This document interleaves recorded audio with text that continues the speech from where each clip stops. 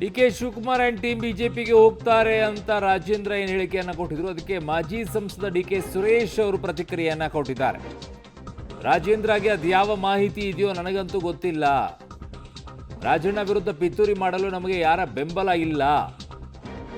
ರಾಜೇಂದ್ರ ಹೇಳಿಕೆಯ ಬಗ್ಗೆ ವರಿಷ್ಠರು ಮತ್ತೆ ಸಿಎಂ ಉತ್ತರವನ್ನ ಕೊಡ್ತಾರೆ ಅನ್ನುವಂಥದ್ದನ್ನ ಮಾಜಿ ಸಂಸದ ಡಿ ಕೆ ಸುರೇಶ್ ಅವರು ಹೇಳಿದ್ದಾರೆ. ಅವ್ರಿಗೇನು ಬಂದಿದೆ ಬಿಜೆಪಿಗೆ ಹೋಗೋಕ್ಕೆ, ಡಿ ಕೆ ಶಿವಕುಮಾರ್ ಮತ್ತು ಟೀಮ್ ಬಿಜೆಪಿಗೆ ಹೋಗೋಕ್ಕೆ? ಗೊತ್ತಿಲ್ಲ. ರಾಜಣ್ಣ ಅವರು ಹಿರಿಯ ನಾಯಕರು, ರಾಜೇಂದ್ರನು ಹಿರಿಯ ನಾಯಕರು, ರಾಜಣ್ಣ ಅವರು ಬಹಳ ದೊಡ್ಡ ನಾಯಕರು, ರಾಷ್ಟ್ರೀಯ ನಾಯಕರು. ಅವರ ಏನೇನಿದೆ ಮಾಹಿತಿ ನನಗೇನು ಗೊತ್ತಿಲ್ಲ.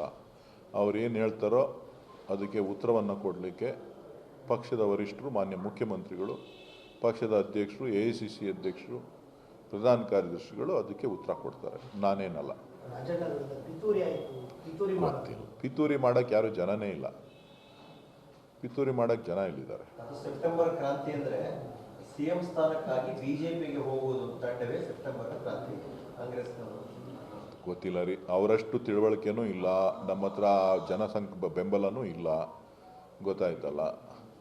ನಮಗಿರ್ತಕ್ಕಂಥದ್ದು ಕಾಂಗ್ರೆಸ್ ಪಕ್ಷದ ಕೆಳಗಡೆ ನಾವು ಕೆಲಸ ಮಾಡ್ತಾ ಇದ್ದೇವೆ. ನಮಗೇನಿದ್ರು ಕಾಂಗ್ರೆಸ್ ಧ್ವಜದ ಕೆಳಗಡೆ ಕೆಲಸ ಮಾಡಿ, ಕಾಂಗ್ರೆಸ್ನ ಜೊತೆ ಕೆಲಸ ಮಾಡಿ ಅಭ್ಯಾಸ ಇದೆ.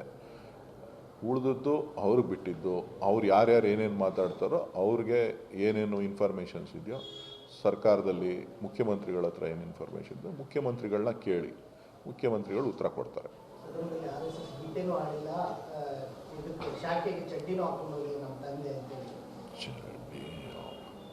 ನಾನು ಮಾತಾಡಬೇಕು ಅಂದ್ರೆ ಭಾಳ ವಿಚಾರ ಇದೆ, ಮಾತಾಡಕ್ಕೆ ಹೋಗೋದಿಲ್ಲ ಬಿಡಿ.